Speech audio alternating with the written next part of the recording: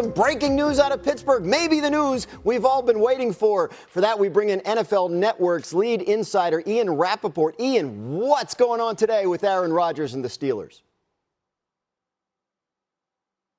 Well, one of the NFL's longest-running dramas, and you covered plenty of the drama right there, could soon be over. Here's my understanding of where the situation stands with free agent quarterback Aaron Rodgers. He is expected to fly to Pittsburgh in the next 24 hours and can continue conversations with Steelers brass, with Steelers players, and my understanding is it is likely that Aaron Rodgers plays football next year and plays for the Pittsburgh Steelers. Now, he has had conversations with teammates, he's had conversations with receivers, he's had conversations with the fellow quarterbacks on his team, all leading to optimism that he should play. And I am told finality to his situation is coming soon.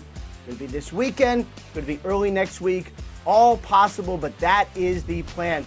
Now, this is not the end of the road, guys. There is no contract in place. They have not had an agreement in terms on what Rodgers is going to make. He's currently scheduled to make $15 million under the UFA tender. We'll see if he's willing to play for that. So that should come in the next several days, but it is likely that Aaron Rodgers, at long last, will join the Steelers at a point very soon. Likely not yet finalized. We'll take it at this point, given the way this story has been playing out or not playing out throughout the offseason. Steelers got 16 games worth of Aaron Rodgers last season, and he finished 23rd in the league in total QBR.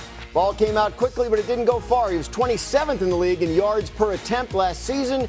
Rodgers turns 43 years old in December, hasn't won a playoff game since the divisional round of the NFC playoffs back in January of 2021. So that is where we begin NFL Live today. I'm Dan Graziano, joined by Jason McCourty, as well as Andrew Hawkins and Ian Rapoport, who you already heard from. J-Mac, let's dive right in here. Yeah. What are your expectations for this Steelers team if, in fact, Rodgers is back? It'll be much like what we saw a season ago, where they're going to be playoff contenders. They're going to be in the conversation, and Aaron Rodgers is going to lead them in some capacity to get there. Now, you're looking at it and you're saying, all right, we get Rodgers back. Is this team going to be able to get over the hump? Are they going to be able to win that playoff game, get to the divisionals, potentially be contenders in the AFC? I don't see it going that far, but I feel like the Pittsburgh Steelers have backed themselves into this corner where, as of today, Aaron Rodgers gives them the best chance to win football games over Will Howard, over Drew Aller. So bringing him back makes the most sense for this team right now. Not only does he help them win games, Graz, but he also is an example in that quarterback room of what Will Howard and Drew Aller should look like, what it looks like communicating with Mike McCarthy to be able to find success on the football field. Absolutely. I mean, Aaron Rodgers is the bridge to whatever the next era of Pittsburgh Steelers football looks like, for that exact reason you just talked about, J-Mac. And so now that we have him in the building, and that's the foregone conclusion, if you look at what the Steelers have done this offseason, they have already been planning for that to be the case. So I'm sure they're happy to put a button on it, but they drafted with that in mind. They approached free agency with that in mind. And for Aaron Rodgers, who we typically debate and say, okay, is he going to go to offseason? Is he going to be at voluntary workouts? It's important to get him in the building this year more than ever, because they brought in Michael Pittman Jr., they drafted Jeremy Bernard, right? And you mix those with DK Metcalf, and looking at the weapons that they have offensively, on top of a new coaching staff, on top of a new play caller, like, it's very important for them to get that chemistry down now so that they can hit the ground running in the fall, because the expectation is that they'll take a step forward with the pieces that they've added this offseason. Yeah, it certainly is the hope in having Mike McCarthy, who really seems always to have a top-tier offense. Obviously, you want Rodgers to come in and hit the ground running. A couple quick points here. First of all, it does seem like that familiarity has already started to happen with Rodgers and some of his new receivers. That is a good thing. The other thing is, he has played in this system before. It's not going to be exactly like it was when Mike McCarthy was with the Green Bay Packers and Rodgers was there and they were winning and all of that.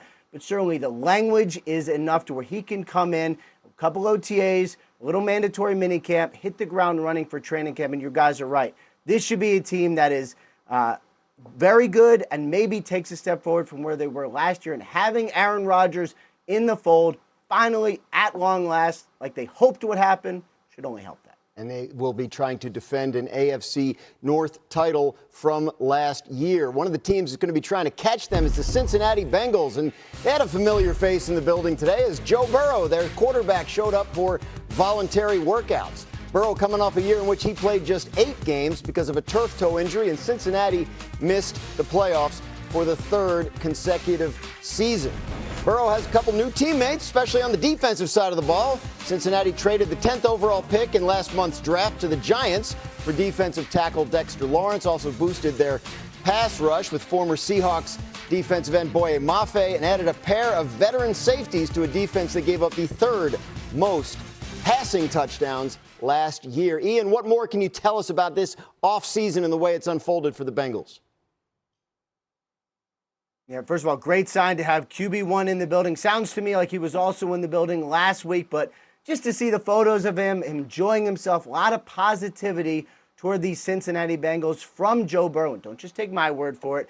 He also was quoted recently in Vanity Fair saying he was excited to see the initiative of the Cincinnati Bengals front office. And look, it is a big year, huge year for so many people inside the Cincinnati Bengals building, and they really have gone all in. And it's not just the trade for Dexter Lawrence, which clearly is something that Joe Burrow has supported and appreciated. You mentioned some of the defensive starters, at least 3, Boye Mafe, one of them. I mean, they have spent a lot of money and helped this defense. You know, we spent last year so much of the offseason talking about Joe Burrow's weapons and whether they're going to get new deals and all of that. This offseason was about the defense, making a complete team. It is very clear QB1 is fully on board with this. And you mentioned the health. He's been playing flag football, took the Pro Bowl pretty seriously. This is a very good version of Joe Burrow. Hawk, so given all of that, how much confidence do you have in the Bengals after all these offseason moves? Sneaky contender, man. I think when you look at what Joe Burrow does for this team, right, it's everyone understands it. Their offense has always been the thing that has made the Cincinnati Bengals go. But in recent years, their defense is all we've talked about. Well, now Joe Burrow gets to play behind probably the best offensive line that he has in his career. And then when you look at what they did on defense, where there's been mixed reviews, like, did they do enough? Yes, they addressed the front 4, specifically that defensive line. But I think it's like an accelerator to what you're going to get on levels 2 and 3. DJ Turner II played at a Pro Bowl level last year. I think he was a snub. Dax Hill came on strong late last year. They now signed Brian Cook at safety. And the idea is that because of what they've done with the defensive line, he talked about Dexter Lawrence, and they even drafted Cassius Howell, who likely kicks to the second level, that you've done enough to get this defense twice as good as they've been, maybe even more, and so much so that their offense with T. Higgins, with Jamar Chase Brown, you name it, they're going to be able to click and get the full capabilities with the defense that is more than adequate. You said it, Hawk. This is the best defense Joe Burrow is going to have since 2021 when he was playing in the Super Bowl. Al Golden, the defensive coordinator, will now be in his 2nd year, and they went out and got players to fit his system. That, to me, is a big deal. The trade for Dexter Lawrence is huge because the segment ago, we're talking about the Pittsburgh Steelers, and it feels like insanity because they keep doing the same thing over and over again. Well, for the Bengals, they changed it up. They made a huge trade, trading away the number 10 pick to get a guy like Dexter Lawrence. They went out there and signed a pair of defensive players that have Super Bowl victories in their past, and Boye Mafe with the Seattle Seahawks and Byron Cook, too, with the Kansas City Chiefs. So now you're bringing a veteran leadership to this team, and it all starts and ends with Joe Burrow. He's going to have to lead this team, and you need a quarterback that can do both. He can show up to the Met Gala and stun with an amazing suit, and then he can show up for all-season workouts on Monday and be ready to go. That is Joe Burrow, and I have high hopes for this Bengals team this season.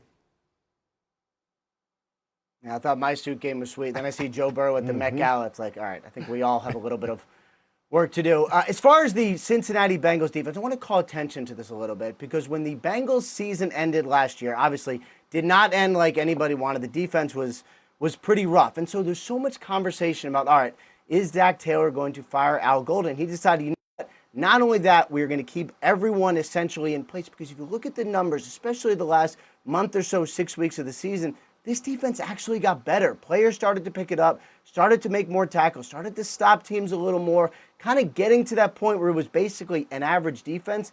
And if you have an average defense, or maybe a little better considering what they brought in, and you have Joe Burrow, this could be an excellent, excellent team this season. Only team in their division that did not change head coaches this offseason. So Bengals running it back and hoping it'll be better.